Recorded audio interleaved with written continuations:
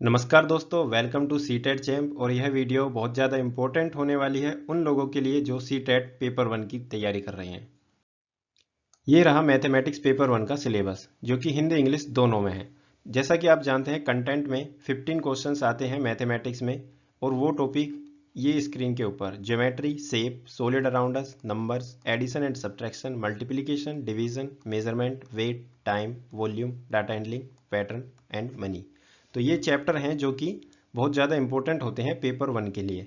तो आज की क्लास में हम स्टार्ट करेंगे ज्योमेट्री से। ज्योमेट्री में सबसे पहले बेसिक कॉन्सेप्ट करेंगे, उसके बाद प्रीवियस ईयर जितने भी प्रीवियस ईयर क्वेश्चन अभी तक ज्योमेट्री से रिलेटेड पूछे गए हैं वो हम कवर करेंगे। ज्योमेट्री, हिंदी में ज्यामिति कहते हैं। यह वीडियो बाइलिंगुअल होगी, हिंदी और इंग्लिश दोनों टाइप के स्टूडेंट इसको देख सकते हैं। वीडियो को स्टार्ट करेंगे पॉइंट से और एंड करेंगे जितने भी इंपॉर्टेंट शेप आपके एग्जाम में पूछे जाते हैं, चाहे वो स्क्वायर हो, वर्ग हो, आयत हो, रेक्टेंगल हो, कुछ भी हो। पॉइंट क्या होता है? पॉइंट बेसिकली सिर्फ एक बिंदु होता है। इसको रिप्रेजेंट करना सीखना है हमें। पॉइंट को रिप्रेजेंट करते हैं किसी भी अल्फ़ाबेट से। जैसे मैंने यहाँ पे रिप्रेजेंट करा ए से, जैसे मैंने कह दिया कोई भी एक पॉइंट ए, यहाँ पे कह दिया बी। इसी तरीके से कोई भी पॉइंट आप ले सकते हो, सी, डी या पी, कुछ भी। जैसे कि एक सर्कल है, एक सर्कल के अंदर सेंटर होता है, उसको भी हम पॉइंट कह सकते हैं, जैसे पॉइंट ओ। अब देखते हैं रे। रे यानी किरण। यदि इसी पॉइंट को मैं एक डायरेक्शन में आगे की ओर बढ़ाता चला जाऊं तो इससे क्या बन जाती है? वो रे यानी किरण। इसको रिप्रेजेंट किस तरीके से करते हैं? जैसे जहां से वो स्टार्ट होता है उसे ओ ले लेंगे, और जहां तक ये भागेगा उसे ए कह देंगे। ऐसे ही दूसरी रे लेते हैं, जहां से स्टार्ट होगा उसे ओ कहेंगे, और जहां तक ये जाएगा उसे बी कह देंगे।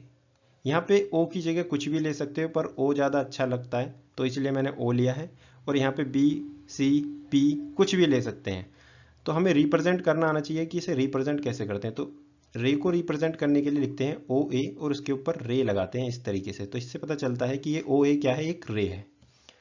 यदि एक पॉइंट लेकर उसको दोनों डायरेक्शन में बढ़ाया जाए, एक इस तरफ और एक इस तरफ, तो इस चीज को कहते हैं हम लाइन यानी रेखा।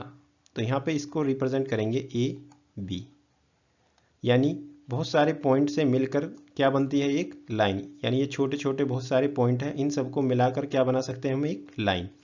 तो लाइन को रिप्रेजेंट करने का तरीका क्या होता है? ए बी, और उसके ऊपर ये साइन लगाते हैं दोनों तरफ। इससे ये पता चलता है ये दोनों तरफ इंक्रीज हो रही है, यानी कि ये क्या है? लाइन है, रेखा है।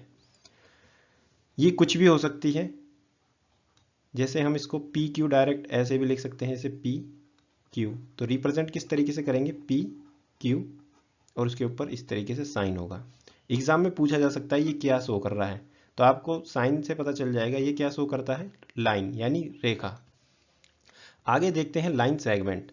लाइन सेगमेंट क्या होता है? कोई भी दो पॉइंट, उनको आपस में जोड़ने पर हमें क्या मिलता है? लाइन सेगमेंट यानी रेखाखंड। इसको ना ही इस साइड इंक्रीज कर सकते, ना ही इस साइड इंक्रीज कर सकते। लाइन क्या होता है? लाइन को दोनों तरफ इंक्रीज किया जा सकता है, पर रेखाखंड को दोनों तरफ इंक्रीज नहीं किया जा सकता। ये सिर्फ फिक्स होता है, यानी यहाँ पे है ना, तो ए और बी, यानी ये फिक्स है, इसके बाद ये बढ़ नहीं सकता। तो रेखाखंड को क्या कहेंगे? A B. और इसको कैसे रिप्रेजेंट करेंगे? इसके ऊपर सिंपल एक लाइन खींच देंगे इस तरीके से बार। तो ये क्या हो जाएगी? लाइन सेगमेंट यानी रेखाखंड। इससे पता चला ये क्या है? रेखाखंड। अभी इस पेज में हमने सिर्फ क्या पढ़ा है? पॉइंट, रे, line, line segment. Next slide में हम देखेंगे इन सबके use. Point, point two types के होते हैं, कोलिनियर, नॉन कोलिनियर। इसमें टू टाइप्स देखेंगे हम। सबसे पहले मैं दो पॉइंट की बात करता हूं। जैसे मान लीजिए दो पॉइंट मैंने ये लिए, ए और बी। ए और बी को हम सिर्फ एक लाइन में लिख सकते हैं। अगर मैंने ये अलग अलग भी लिखा, जैसे मान लीजिए मैंने एक ए यहाँ पे लिखा और दूसरा बी यहाँ पे लिखा, तब भी ये एक लाइन में कह सकते हैं। जैसे कि ये एक लाइन बन रही है तो इसे कह सकते हैं ये एक ही लाइन में है। कहीं पे भी लिखो दो पॉइंट को, वो क्या होंगे? एक ही लाइन में होंगे। और कोलिनियर का मतलब क्या होता है? कोई भी पॉइंट जो एक लाइन में हो उन्हें कोलिनियर कहते हैं, यानी समरेख। और नॉन कोलिनियर किसको कहते हैं? गैर समरेख को, यानी जो एक लाइन में ना हो। तो जो दो पॉइंट होते हैं, दो पॉइंट हमेशा क्या होते हैं? कोलिनियर, यानी एक ही लाइन में होते हैं, चाहे उन्हें कहीं भी ले लो। जैसे मैंने ये पॉइंट यहाँ पे लिया ए, और इसे मैं कहीं भी स्क्रीन पे कहीं भी ले सकता हूँ। मान लो मैंने ये ले लिया यहाँ पर, उल्टा ले लेता हूँ, मैंने ले लिया यहाँ पर, तब भी एक लाइन बन रही है, यानी हम कह सकते हैं एक ही लाइन में है। ठीक है, तो 2 पॉइंट हमेशा क्या होंगे, कोलिनियर होंगे। अब बात आती है तीसरे पॉइंट या 3 से ज़्यादा। ठीक है, 2 से ज़्यादा या तीसरा चौथा जितने भी पॉइंट लेंगे हम इनफाइनाइट तक, वो क्या होने चाहिए, अगर वो इसी लाइन पे हुए, जैसे मैंने सी एक पॉइंट लिया, अगर वो इसी लाइन पे हुआ तो क्या हो जाएगा, ये कोलिनियर हो जाएगा। क्योंकि मैंने कहा था कोलिनियर वो होता है जो एक ही लाइन में एग्जिस्ट करता है, जो एक ही लाइन में हो। तो यहाँ पे सी जो है वो ए बी की ही लाइन में है, तो इसलिए क्या हो जाएगा, कोलिनियर। अगर मैंने डी लिया तो डी भी इसी लाइन में है, तो यह क्या हो जाएगा, कोलिनियर। इसके अलावा इस लाइन या आगे तक लाइन बढ़ती रहेगी, तो इस लाइन में मैं कहीं भी कोई भी पॉइंट ले सकता हूँ। जैसे मैंने लिया ई, तो ई भी इसी लाइन में आ रहा है, तो इसको भी क्या क्या क्या कह सकते हैं हम, कोलिनियर। इसके अलावा जैसे मैंने नॉन कोलिनियर में देखते हैं, जैसे मैंने सी पॉइंट लिया यहाँ पर बाहर इस लाइन के अलावा, तो ये क्या हो गया, लाइन से बाहर जा रहा है। यानी कि 3 पॉइंट जब भी लेते हैं वो कोलिनियर भी हो सकते हैं और नॉन कोलिनियर भी हो सकते हैं। देखो यहाँ पे उस लाइन में नहीं है, लाइन से बाहर है, तो इसको क्या कहेंगे हम, नॉन कोलिनियर। और नॉन कोलिनियर से क्या बनता है, कोई भी शेप, ये देखो यहाँ पे शेप बन रहा है, इनको मिलाकर क्या बना सकते हैं हम, ट्राइंगल। पर यहाँ पे इन सभी जो पॉइंट हैं इनको मिलाकर क्या बना सकते हैं, सिर्फ एक लाइन, इसमें कोई भी शेप नहीं बनेगा। तो यह फ़र्क होता है कोलिनियर और नॉन कोलिनियर में। इसके अलावा यहाँ पे मैं डी ले सकता हूँ, और यहाँ पे मैं ई ले सकता हूँ, और यहाँ पे मैं एफ ले सकता हूँ, कहीं भी ले सकता हूँ पॉइंट। तो ये सब क्या बनाएंगे, एक शेप बनाएंगे जोड़कर। ये देखो, ये क्या बनाएंगे, सब एक शेप बनाएंगे। तो कोई भी पॉइंट जो एक ही लाइन में हो उन्हें कहेंगे कोलिनियर, और जो पॉइंट 2 से ज़्यादा एक लाइन में ना हो उन्हें कहेंगे नॉन कोलिनियर। एंगल, एंगल मतलब कोण। कोण 2 रे को मिलकर बनता है, जैसे कि एक रे ये हुआ और दूसरी रे ये रही। रे का यूज़ करके यानी किरण का यूज़ करके ही हम क्या बनाते हैं, कोण बनाते हैं। 2 रे के बीच का जो ये स्पेस होता है इसी को क्या कहते हैं हम, एंगल। क्या कहते हैं, एंगल। जितनी ये रे ऊपर जाएगी उतना ही बड़ा एंगल बनेगा। जैसे मैंने एक रे को यहाँ पे लिया, ये एक लेटी हुई रे है, अब इसके ऊपर मैं इसको ऐसे ऐसे उठाता रहूँगा, जितना मैं उठाऊँगा ऐसे ऐसे ऐसे, मान लो मैंने ये उठाकर यहाँ पे रोक दिया, तो यहाँ पर रोकने के बाद ये क्या बन जाएगा, एंगल बन जाएगा इतना। तो कितना बन गया, ये एंगल बन गया। इसी को क्या कहेंगे हम, एंगल यानी कोण। कोण को हम रिप्रेजेंट करते हैं डिग्री से। जैसे मैंने यहाँ पे ये लिखा, ये क्या है, 100 डिग्री, तो 100 फिर ये डिग्री का साइन लगाऊंगा। टाइप्स ऑफ एंगल, कोण के प्रकार। सबसे पहले एक्यूट एंगल, न्यून कोण, ऑब्ट्यूज एंगल, अधिक कोण, राइट एंगल, समकोण, स्ट्रेट एंगल, सीधा कोण, रिफ्लेक्स एंगल, प्रतिक्षेप कोण, कंप्लीट एंगल, पूर्ण कोण। सबसे पहले देखेंगे राइट एंगल, क्योंकि राइट एंगल के बाद ही हमें बाकी के कोण समझ में आएंगे। तो राइट एंगल क्या होता है बेसिकली, यानी ये एंगल है, 2 रे से मिलके ये एंगल बना है। अगर ये एंगल 90 डिग्री का हो यानी 90 डिग्री का हो, तो इसी को क्या कहेंगे हम, राइट एंगल यानी कि समकोण। अब यही एंगल कम हो जाता है 90 डिग्री से, तो इसी को क्या कहेंगे हम, एक्यूट एंगल यानी कि न्यून कोण। अब 90 डिग्री से कम होने के लिए इसको यहाँ आना पड़ेगा या यहाँ आना पड़ेगा, कहीं भी आ सकता है, पर 90 डिग्री से कम होगा। तो ये जो कोण होंगे ये क्या होंगे, 90 डिग्री से छोटे। ये 30 डिग्री हो सकता है, ये 45 डिग्री या 60 डिग्री हो सकता है, कुछ भी कोण ले सकते हैं, पर 90 डिग्री से छोटा होना चाहिए। उसी को क्या कहेंगे हम, एक्यूट एंगल, यानी कि 90 से जो छोटा होगा उसे क्या कहेंगे, एक्यूट एंगल। और जो 90 के बराबर होगा उसे क्या कहेंगे, राइट एंगल यानी समकोण। अब ये ऑब्ट्यूज एंगल क्या होता है, ऑब्ट्यूज एंगल होता है जो 90 से बड़ा होता है। 90 से बड़ा मतलब ये यहाँ पे चलेगा इस तरीके से, पर ये 180 से छोटा होना चाहिए, यानी हम एक लाइन के आगे से नहीं इंक्रीज कर सकते, यानी ये यहाँ से यहाँ तक लाई करेगा, बस इसके अंदर होना चाहिए। यानी कि ये 90 है और ये 180, जो सीधा होता है एकदम स्ट्रेट, इसको क्या कहते हैं, स्ट्रेट एंगल। ये होता है स्ट्रेट एंगल। जो 180 का होता है उसे क्या कहते हैं, स्ट्रेट एंगल। तो जो ये ऑब्ट्यूज एंगल होता है वो इन दोनों लाइन के बीच में लाई करेगा, यानी 90 से लेके 180 के बीच का जो एंगल होगा उसी क्या कहेंगे, उसे कहेंगे ऑब्ट्यूज। और जो 90 से लेके ये जीरो, यहाँ पे जीरो बनता है एंगल। अगर एक लाइन के ऊपर एक और लाइन ऐसे बना दें, मतलब एक रे के ऊपर एक और रे, तो ये क्या बनाएगी, एंगल जीरो। तो ये जीरो एंगल से लेके 90 एंगल के बीच के जो एंगल होते हैं उन्हें क्या कहते हैं, एक्यूट एंगल। और जो 90 से लेके 180 के बीच के होते हैं उन्हें कहते हैं ऑब्ट्यूज एंगल।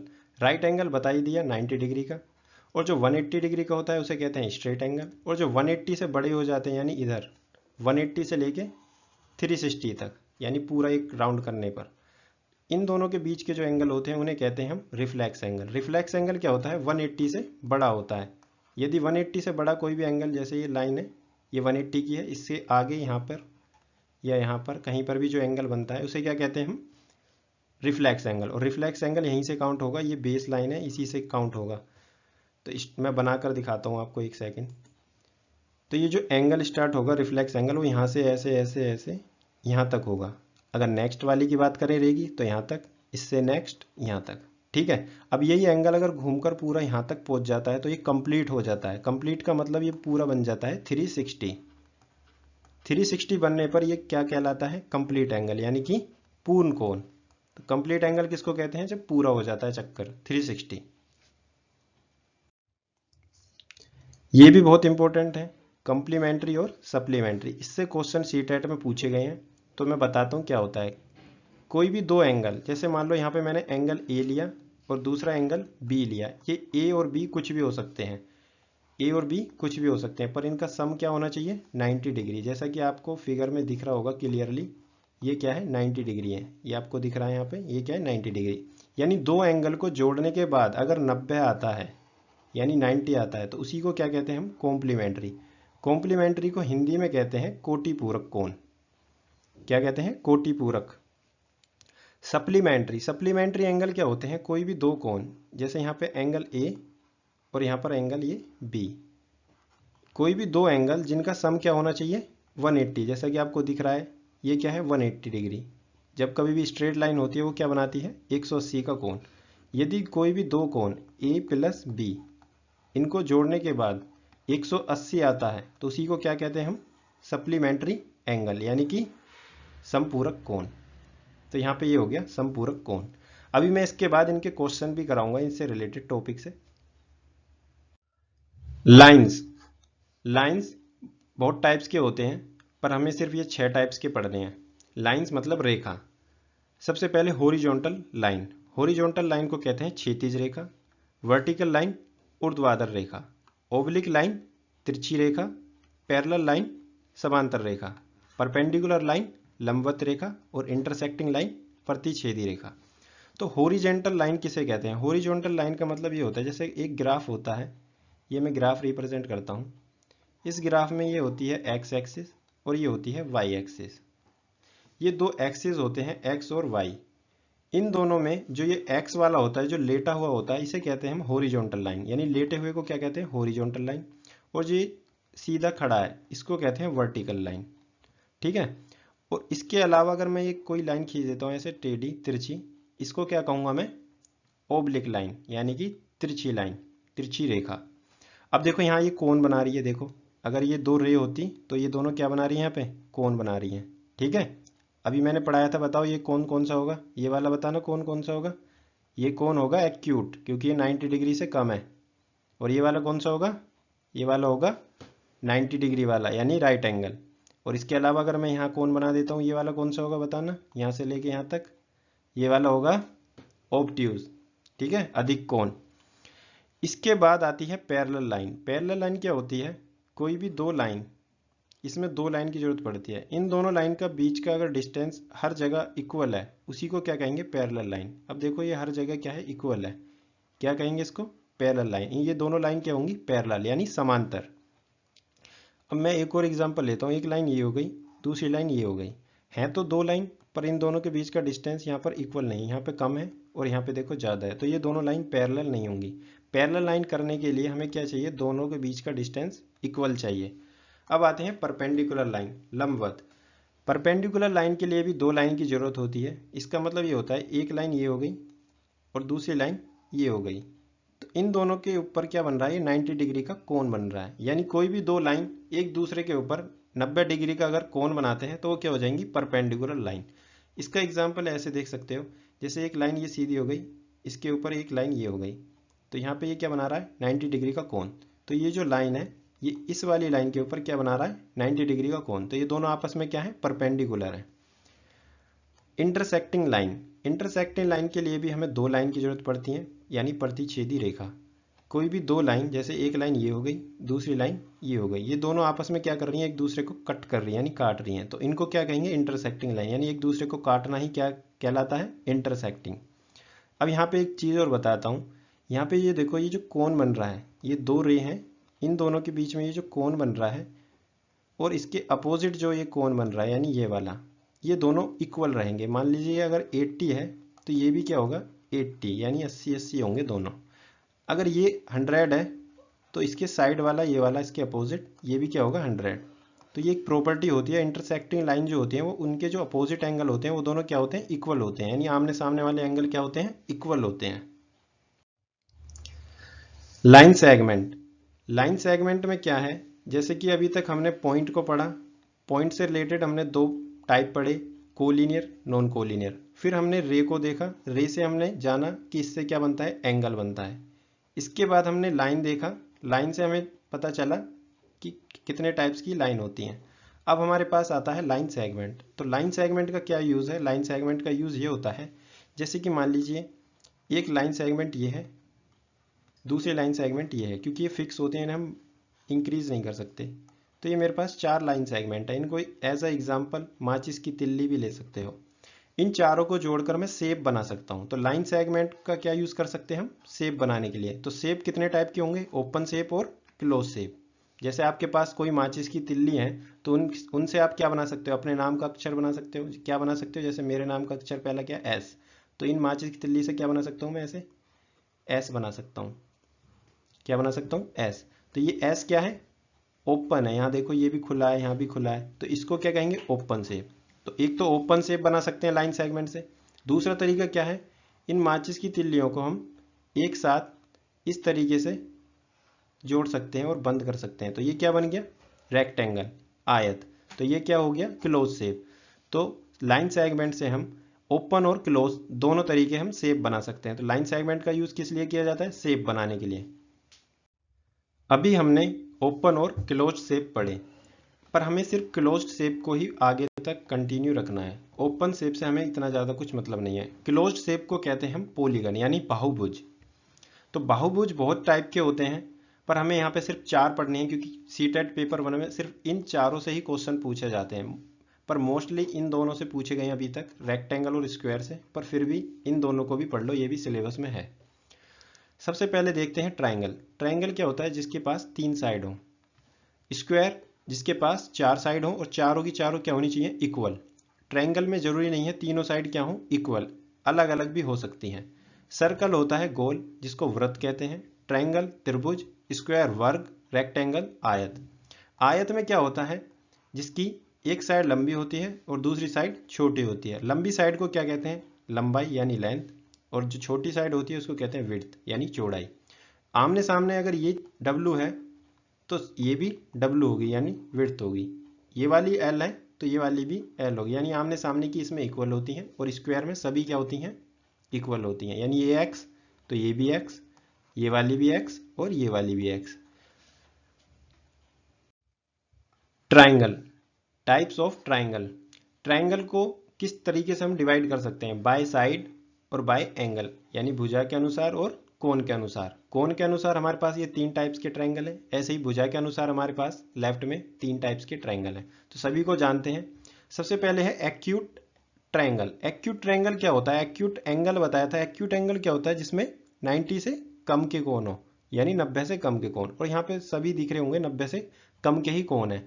तो यानी एक्यूट ट्रायंगल वो होता है जिसके पास तीनों के तीनों कोण कैसे हो, 90 डिग्री से कम हो। तो ये जो कोण होते हैं ट्रायंगल के अंदर, ये क्या है, तीनों के तीनों 90 डिग्री से कम है, तो इन्हें क्या कहेंगे, एक्यूट ट्रायंगल। इसके बाद ये right angle triangle. Right angle triangle क्या होता है, जिसके पास सिर्फ एक ही एंगल क्या होता है, 90 डिग्री का होता है। क्या होता है, एक ही एंगल 90 डिग्री का होता है। वो 90 डिग्री का कौन सा एंगल है, ये वाला, जो एकदम सीधी होती है ना लाइन आपस में, उन्हीं को क्या कहते हैं, 90 डिग्री का एंगल। और बाकी के जो 2 एंगल होंगे वो कुछ भी हो सकते हैं, वो जरूरी नहीं है कि 30 और 60 हो, या कुछ भी हो सकते हैं वो, पर एक एंगल इसमें क्या होना चाहिए, वो 90 डिग्री का होना चाहिए, उसी क्या कहेंगे, right angle triangle. Obtuse triangle. Obtuse triangle क्या होता है, जिसके पास एक एंगल 90 से ज्यादा का हो। वो 90 से ज्यादा का, देखो ये क्लियर दिख रहा है, ये रहा, ये 90 से ज़्यादा वाला एंगल कौन सा होगा, ये वाला, और बाकी के दो एंगल कुछ भी हो सकते हैं। तो ऑब्ट्यूज ट्रायंगल किसे कहेंगे, जिसके पास 90 से ज़्यादा का एंगल हो। राइट एंगल जो 90 के बराबर एक एंगल हो। पर ध्यान देना इसमें तीनों एंगल क्या होंगे, 90 से छोटे होंगे। अब आते हैं इक्विलेटरल ट्रायंगल के ऊपर। इक्विलेटरल ट्रायंगल को हिंदी में समबाहु त्रिभुज कहते हैं। आइसोसेलेस ट्रायंगल को समद्विबाहु त्रिभुज कहते हैं। स्केलियन ट्रायंगल को स्केलियन ट्रायंगल यानी स्केलियन त्रिभुज ही कहते हैं शायद। अब बात आती है इक्विलेटरल ट्रायंगल की। इक्विलेटरल ट्रायंगल में क्या होता है, तीनों की तीनों साइड क्या होती हैं, इक्वल होती हैं। जैसे कि ये वाली साइड और ये वाली साइड और ये वाली साइड। अगर ये 2 सेंटीमीटर है तो ये भी 2 सेंटीमीटर होगी और ये भी 2 सेंटीमीटर होगी। और तीनों के कोण भी बराबर होंगे, ये भी बात याद रखना, तीनों के कोण भी बराबर होंगे। और कोण कितने कितने के होंगे, 60 डिग्री के। 60 60 60। अब ये 60 के क्यों होंगे वो नेक्स्ट स्लाइड में बताऊंगा।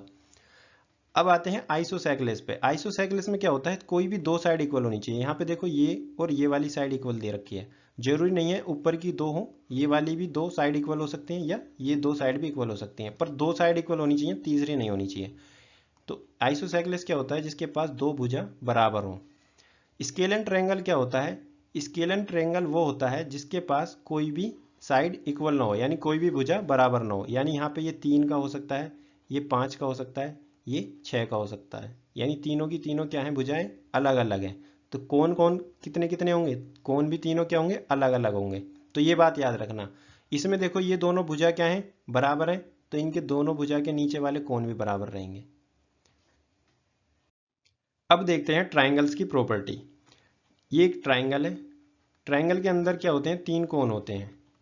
तीनों कोण का जो सम होता है, angle A plus B plus C is equal to 180 degree. यानी तीनों एंगल को अगर जोड़ते हैं तो क्या आना चाहिए, 180 डिग्री, यानी 180 आता है।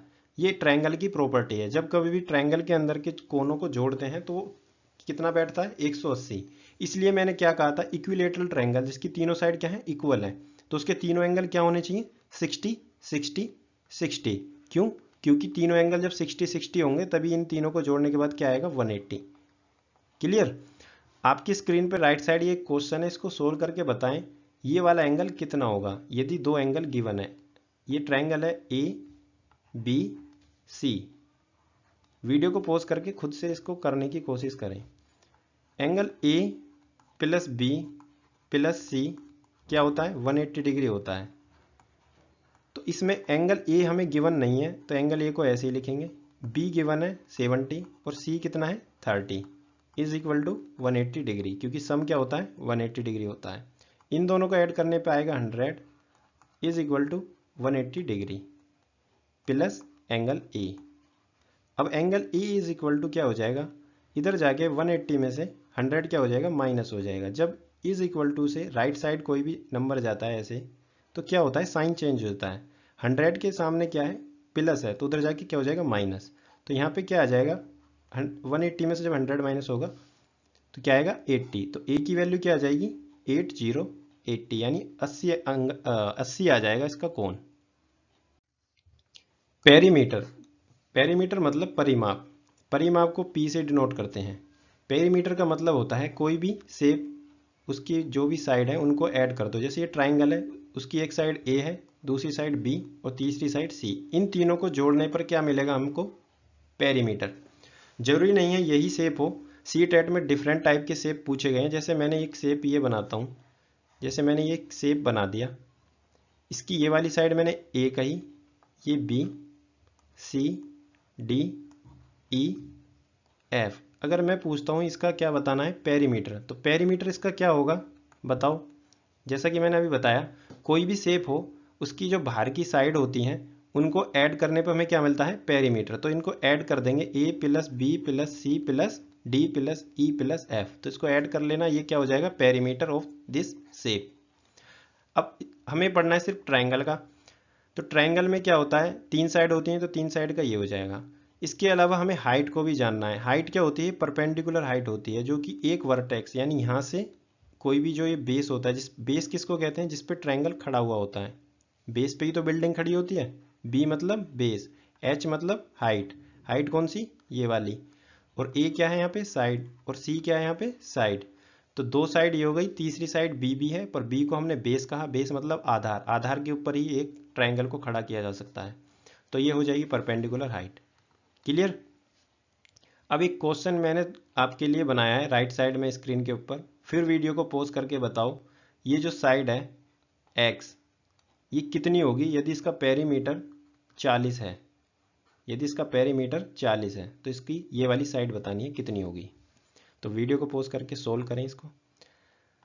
x plus 17 plus 8 is equal to 40। क्योंकि मैंने बताया था पेरीमीटर किसके बराबर होता है, सभी साइड के सम के बराबर होता है। तो सभी साइड को हमने जोड़ लिया जिसमें x भी शामिल है, x जो कि हमें पता नहीं है। 17 और 8 को जोड़ेंगे 25 आएगा, और इस इन सब का सम किसके बराबर है, पेरीमीटर। पेरीमीटर कितना है 40, तो x की वैल्यू कितनी आ जाएगी यहाँ पर 40 माइनस 25। 40 में से 25 माइनस करेंगे तो क्या मिलेगा हमें 15। तो x की वैल्यू हमारे पास आ गई 15, तो यही हमारा आंसर हो जाएगा। अब देखते हैं हम ट्रायंगल का एरिया। ट्रायंगल का एरिया क्या कहता है, ट्रायंगल में सबसे नीचे जो होता है उसे कहते हैं हम बेस, और जो ये हाइट होती है इसे कहते हैं परपेंडिकुलर हाइट, जो कि मैं बता चुका हूँ। तो एरिया निकालने का ये आपके सामने फॉर्मूला है, बेस इंटू हाइट, यानी बेस की हाइट से गुना करने के बाद 2 से डिवाइड कर दो, यानी आधार की ऊंचाई से मल्टीप्लाई करने के बाद 2 से डिवाइड कर दो। तो ये आपके सामने एक एग्जाम्पल है, इसको सोल्व करके बताओ। ये हाइट है 10 और ये बेस है 11, इसका एरिया बताना है ट्रायंगल का। तो आपके सामने फॉर्मूला है half into base into perpendicular height. तो हाफ यहाँ पे लिख दिया, बेस क्या था 11 और हाइट कितनी थी 10। इसको कट करेंगे 2 5 जा 10 और 11 5 जा 55 सेंटीमीटर स्क्वायर। ठीक है। अब आते हैं हम सर्कल के ऊपर। सर्कल में हमें बस 2-3 चीज़ें ही जाननी है, एरिया और सर्कमफ्रेंस वगैरह हमें नहीं जानना, ये एग्जाम में नहीं पूछा जाता। तो मैं वही चीज़ पढ़ा रहा हूँ जो पेपर 1 के लिए इंपॉर्टेंट है। तो यहाँ पे जो सर्कल है इसका जो सेंटर होता है ये वाला, इससे अगर हम कोई भी बाउंड्री सर्कल की चाहे यहाँ से लेके यहाँ पे टच करें, उसी को क्या कहते हैं हम रेडियस कहते हैं, यानी त्रिज्या कहते हैं। और ये हर जगह क्या होगी इक्वल होगी, कहीं भी टच कर लो त्रिज्या हर जगह क्या होगी इक्वल होगी, तभी ये क्या बनाए सर्कल बनाए। अब यही रेडियस को डबल कर दूं मैं, जैसे यहाँ से लेके यहाँ तक क्या होती है ये रेडियस, अब इसको ही मैं इसके पार निकाल दूं दूसरी रेडियस, यानी 2 रेडियस हो गई। इसी को क्या कहूँगा मैं डायामीटर। डायामीटर मतलब व्यास। और याद रखना ये व्यास, देखो ये ऑरेंज कलर की जो लाइन है ये क्या है डायामीटर यानी व्यास। ये हमेशा किससे पास होगी सेंटर से, क्योंकि एक लाइन ऐसे करके ऐसे भी पास कर सकते हो आप, एक एंड से दूसरे एंड, यानी यहाँ से टच करा और फिर यहाँ पे टच कर दिया, पर ये वाली जो लाइन है ये सेंटर से पास नहीं हो रही, इसलिए डायमीटर नहीं होगा। ठीक है, डायमीटर कौन सा होगा यही होगा। क्लियर। राइट साइड में देखिए ये आपके पास क्या है, एक सर्कल है, इसको मैंने 4 पार्ट में डिवाइड कर दिया, और इस टाइप का क्वेश्चन आपके सीटेट के एग्जाम में पूछा गया है। अगर किसी भी सर्कल को 4 भाग में डिवाइड करते हैं तो क्या बनता है चतुर्थांश बनता है, यानी क्वाड्रेंट। क्या कहते हैं इनको क्वाड्रेंट। तो ये फर्स्ट क्वाड्रेंट हो गया, ये सेकंड क्वाड्रेंट हो गया, और ये नीचे वाला थर्ड क्वाड्रेंट, और ये वाला फोर्थ क्वाड्रेंट। क्या कहते हैं इनको क्वाड्रेंट, यानी एक तरीके से हिस्से हो गए इसके 4। जैसे कोई रोटी है उसके 4 टुकड़े कर दिए, तो पहले टुकड़े को क्या कहेंगे फर्स्ट क्वाड्रेंट यानी पहला चतुर्थांश, दूसरे को सेकंड क्वाड्रेंट, इसी तरीके से आगे के। इसमें सीखना क्या है, सबसे पहले ये पता होना चाहिए जो सर्कल होता है ये पूरा मैंने बताया था कोण कितने का बनता है, ये पूरा मैंने अभी कोण बताया था क्या बनता है ये कंप्लीट एंगल होता है। कंप्लीट एंगल मतलब 360। ठीक है, 360 होता है पूरा। इसमें ये पूछा था क्वेश्चन में कि एक क्वाड्रेंट का कोण कितना बनेगा। एक क्वाड्रेंट का मतलब ये वाला जो पहला चतुर्थांश है इसका कोण कितना बनेगा। तो इसका कोण बताओ कितना बनेगा, ये वाला कोण बताना है हमें सिर्फ एक चतुर्थांश का। तो आपको क्लियर दिख रहा है ये क्या हो जाएगा 90 डिग्री, और ये वाला क्या हो जाएगा ये भी 90 डिग्री। सभी क्या है परपेंडिकुलर है, इस वजह से ये क्या हो जाएंगे सभी 90 डिग्री। तभी ये जोड़ के क्या आएंगे 360 डिग्री। चारों को एक बार ऐड करके देखो 90 90 90 90 क्या आएगा 360 आएगा। एक बार ये क्वेश्चन पूछा गया फर्स्ट क्वाड्रेंट का, नेक्स्ट टाइम ये भी पूछा जा सकता है कि 3 क्वाड्रेंट के एंगल का सम कितना होगा। तो एक का क्या है 90, तो 3 का क्या होगा 90 इंटू 3 कितना हो जाएगा 270। तो ये भी याद रखना, जरूरी नहीं है कि एक ही सेम क्वेश्चन पूछा जाए। 3 कौन कौन से होंगे, एक ये और ये। अब आते हैं स्क्वायर के ऊपर। स्क्वायर में सभी साइडें क्या होती हैं इक्वल होती हैं, इसको मैंने x माना तो बाकी की साइड भी क्या हो जाएंगी, x हो जाएंगी। स्क्वायर में हमें दो फॉर्मूले याद रखने हैं जो कि इंपॉर्टेंट है हमारे लिए, पेरीमीटर और एरिया का। पेरीमीटर मतलब परिमाप, एरिया मतलब क्षेत्रफल।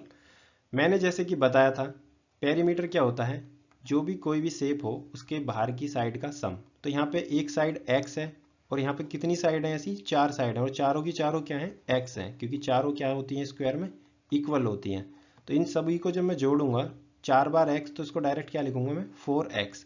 तो पेरीमीटर का फॉर्मूला क्या बन गया यहाँ पर, 4x। तो आपको फॉर्मूले याद करने की जरूरत नहीं है, सिर्फ कॉन्सेप्ट सीखें, आप फॉर्मूले खुद बना देंगे। तो यहाँ पे पेरीमीटर का फॉर्मूला क्या हो जाएगा, 4x। इसी तरीके से एरिया का क्या फॉर्मूला होता है, एरिया का फॉर्मूला होता है साइड इंटू साइड। तो साइड क्या है यहाँ पे, x, और दूसरी साइड कौन सी है यहाँ पे, x। तो क्या हो जाएगा यहाँ पे, x into x, x square. तो यहाँ पे एरिया का फॉर्मूला आ गया एक्स स्क्वायर। एक चीज़ और याद रखने वाली है, चलो मैं इसे एग्जाम्पल से समझाता हूँ। जैसे आपके पास ये एग्जाम्पल है, स्क्वायर की साइड दी है 5, आपको बताना है इसका पेरीमीटर और एरिया। पेरीमीटर का फॉर्मूला क्या होता है, 4 इंटू 5। 4 इंटू 5 मतलब कि 4 क्या होगा ये, और साइड क्या होती है x, तो 5 क्या हो जाएगी साइड। तो 4 5 से क्या हो जाएगा 20। क्लियर। मैं जो सिखाने वाला था, मैं ये सिखाने वाला था कि पेरीमीटर की जो यूनिट होती है वो मीटर में होती है या सेंटीमीटर में, और जो एरिया की यूनिट होती है वो मीटर स्क्वायर में होती है या सेंटीमीटर स्क्वायर में। तो ये भी याद रखना, इसमें भी गलती हो जाती है ऑप्शन में, क्योंकि कई बार ऑप्शन में ऐसे दिया रहता है 20 सेंटीमीटर और इसके आगे नीचे दिया रहता है 20 सेंटीमीटर स्क्वायर। तो क्या होता है, एरिया पूछा होता है तो बच्चे क्या करते हैं कि पहला ऑप्शन टिक कर देते हैं, हाँ भाई 20 आंसर आ गया, पर हमें यूनिट भी देखनी होती है। ये सेंटीमीटर जो यूनिट होती है वो क्या होती है, पेरीमीटर की, और सेंटीमीटर स्क्वायर जो होती है वो किसकी होती है, एरिया की। अगर हमें एरिया निकालना है, एरिया क्या होता है, साइड का स्क्वायर, यानी साइड कितनी यहाँ पे 5, तो 5 का स्क्वायर क्या आएगा 25। यहाँ पे 25 क्या हो सकता है, मीटर स्क्वायर, सेंटीमीटर स्क्वायर, या जो भी यूनिट दी उसके ऊपर क्या लगाना है, स्क्वायर लगा देना है, और यहाँ पे सिर्फ यूनिट लिखनी है। ये हमारा लास्ट टॉपिक है, रेक्टेंगल। रेक्टेंगल क्या होता है, मैंने जैसे कि शेप दिखाया था पिछली स्लाइड में, दोनों साइड क्या होती हैं, एल होती हैं जो लंबी वाली होती हैं, और जो बाकी ये जो होती हैं छोटी वाली, इन्हें क्या कहते हैं, विड्थ यानी चौड़ाई। तो इसका जो फॉर्मूला होगा पेरीमीटर का क्या होगा, जैसे मैंने पहले बताया था, चारों साइड को जोड़ो, एक एल, दूसरा एल, फिर डब्लू प्लस डब्लू। तो यहाँ पे क्या आ जाएगा, 2l प्लस 2w। तो 2 यहाँ पे कॉमन दिख रहा है हमको, तो 2 कॉमन ले लेंगे, l प्लस क्या लिख लेंगे, w। तो ये फॉर्मूला किसका हो जाएगा, पेरीमीटर का। तो ये देखो हमने खुद से ही पेरीमीटर का फॉर्मूला बना लिया। इसके अलावा कोई भी शेप आता है, आप खुद से अपने आप पेरीमीटर का फॉर्मूला बना सकते हैं। तो परिमाप का फॉर्मूला क्या हो जाएगा, 2l प्लस 2w। इन्होंने यहाँ तक ही मतलब लिखा है, पर होगा क्या, ये वाला कॉमन लेके ये भी लिख सकते हो और ये भी लिख सकते हो, एक ही बात है, शायद मैंने स्लाइड में लिखा नहीं। अब आते हैं एरिया पर। एरिया क्या होता है, जैसे मैंने बताया था साइड इंटू साइड। तो एक साइड इसकी एल है, दूसरी साइड क्या है, डब्लू। तो साइड इंटू साइड का मतलब एल इंटू डब्लू, ठीक है। एरिया क्या होगा, एल इंटू डब्लू। तो एल डब्लू का मतलब क्या है, एल इंटू डब्लू, यानी लंबाई गुना चौड़ाई। और परिधि यानी परिमाप क्या है, 2 लेंथ प्लस विड्थ, यानी लंबाई प्लस चौड़ाई। सिमिलरली इसमें भी यही होगा, पेरीमीटर की यूनिट किस में लिखते हैं, मीटर में या सेंटीमीटर में। एरिया की यूनिट किस में लिखते हैं, मीटर स्क्वायर में या सेंटीमीटर स्क्वायर में, या कोई भी यूनिट जो दी गई हो। एक और एग्जांपल लेता हूं, जो लंबी साइड है उसको क्या लेंगे, लेंथ, जो छोटी साइड है उसको क्या लेंगे, विड्थ। तो इसी तरीके से हमें क्या सोल्व करना है, पेरीमीटर निकालना है। तो पेरीमीटर किस तरीके से निकालेंगे, पेरीमीटर निकालने का फॉर्मूला है 2l प्लस 2w, या ये वाला यूज कर लो 2l प्लस w। तो ये वाले से सोल्व कराता हूँ, 2l प्लस w। l कितनी है 4, w कितनी है 3, तो 4 और 3 क्या हो जाएगा 7 इंटू 2, 7 2 जा 14। तो सेम ही आंसर आना है, किसी से भी सोल्व करके कर सकते हो। तो 14 सेंटीमीटर क्या आ जाएगा हमारा पेरीमीटर। इसी तरीके से लेंथ इंटू ब्रेथ करनी है, लेंथ इंटू ब्रेथ। तो इसमें क्या होगा, ए क्या दे रखा है, एरिया, और लेंथ देखो यहाँ पे इसमें 3 लिखा है, ठीक है। आपको यहाँ क्या लिखना है, 4 लिखना है, लेंथ के नीचे 4 और ब्रेथ के नीचे 3। तो 3 4 जा 12, तो आंसर क्या आएगा 12। वैसे मल्टीप्लाई कुछ भी कर लो, 4 इंटू 3 कर लो या 3 इंटू 4 कर लो, आंसर क्या आना है 12 ही आना है। पर मैं बता रहा हूँ लंबी साइड क्या होती है, लेंथ होती है, और जो छोटी साइड होती है वो विड्थ होती है, कंफ्यूज मत होना। तो वीडियो का एंड हो चुका है। अगर वीडियो अच्छी लगी तो वीडियो को लाइक करें, चैनल सब्सक्राइब करें और बेल आइकन प्रेस कर लीजिए नेक्स्ट नोटिफिकेशन के लिए, क्योंकि नेक्स्ट वीडियो में हम ज्योमेट्री से रिलेटेड जितने भी CTET paper 1 previous year question होंगे उनको सोल्व करेंगे। और एक भी क्वेश्चन आपका चूकेगा नहीं, क्योंकि इस वीडियो में मैंने ऑलरेडी सारे जितने भी इंपॉर्टेंट कॉन्सेप्ट आपसे मतलब आपके एग्जाम से रिलेटेड हैं वो मैंने क्लियर कर दिए हैं। Thank you so much. और कमेंट सेक्शन में बताएं आपको ये वीडियो कैसी लगी।